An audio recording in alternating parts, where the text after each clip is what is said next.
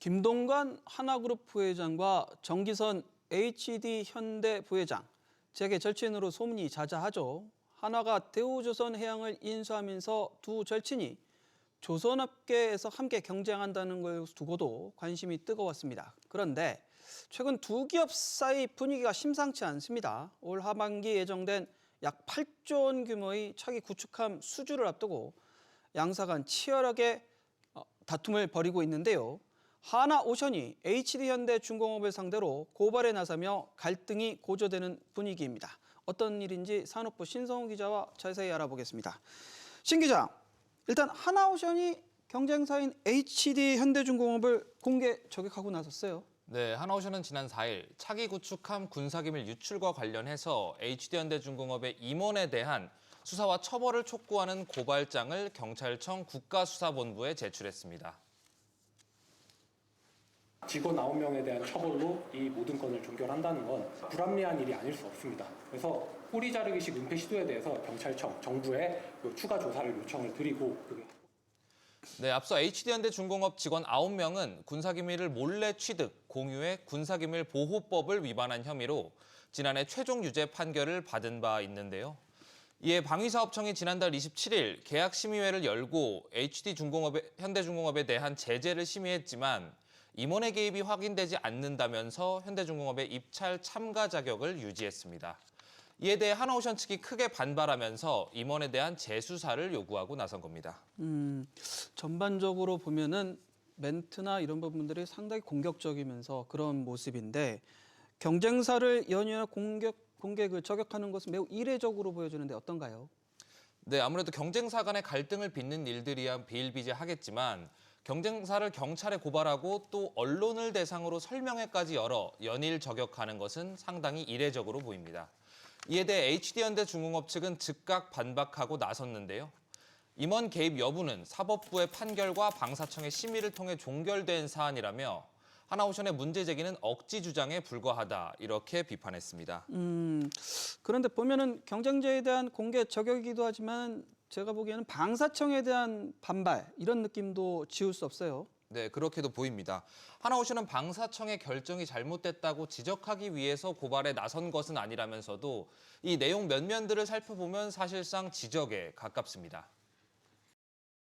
방위사업청은 2018년부터 이 사안을 다 알고 있었는데 특별히 이후에 그 계약심의회나 이런 보안 사고에 대한 후속 조치가 없었던 것 같고요. 이 부분은 좀 아쉬운 대목이 아닐 수 없습니다. 네, 하나는 지난해 대우조선해양과의 기업결합 심사 당시에도 공정위와 신경전을 벌인 바 있는데요.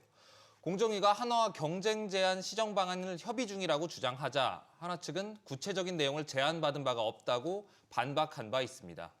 연이어 기관과 각을 세우는 모습입니다. 이미 고발까지 이루어졌잖아요. 법적 공방정이 계속될 텐데 쟁점은 무엇으로 볼 수 있을까요? 네, 쟁점은 HD현대중공업의 이 군사기밀 유출에 임원이 개입했냐 이겁니다. 하나오션은 임원 개입의 증거가 있다고 주장하고 있습니다. 군사기밀을 제공받았고 열람하고 불법으로 촬영 탐지 수집했고 그래서 피의자, 부서장, 중역이 여기서 중역은 이제 결국 임원인 거죠.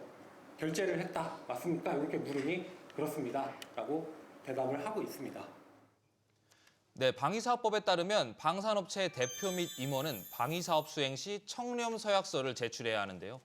이 청렴 의무를 어길 경우 해당 업체에 대해 입찰 참가 자격을 제한하는 제재를 할 수 있습니다. 네, 하나오션의 주장대로 HD현대중공업 임원이 개입했고 또 이 사실이 이번 고발을 통해 밝혀진다면 방사청이 다시 HD현대중공업의 입찰 참여를 막을 수도 있는 것이죠. 방사청 역시 새로운 사실이 확인된다면 검토 후에 다시 심의를 할 수 있다며 재심의 가능성을 시사했습니다.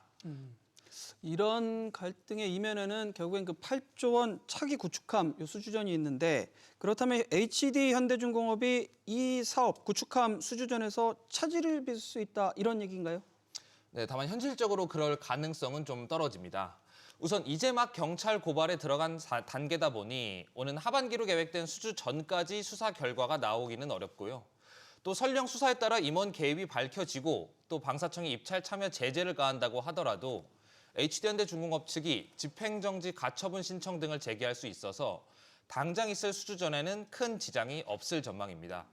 하나오션 측도 사업 수주와 연결지어 이 이익적인 측면에서 고발에 나선 것은 아니라고 강조했는데요.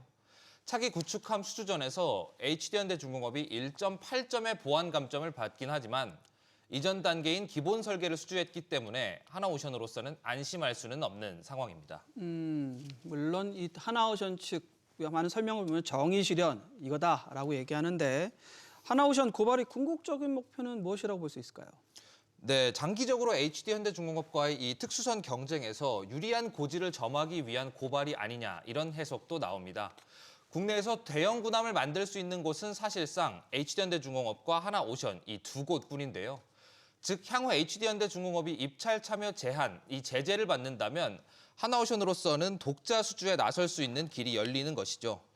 HD와 한국조선해양도 이번 고발로 당장의 수주 타격보다는 장기적인 타격을 우려하고 있는데요.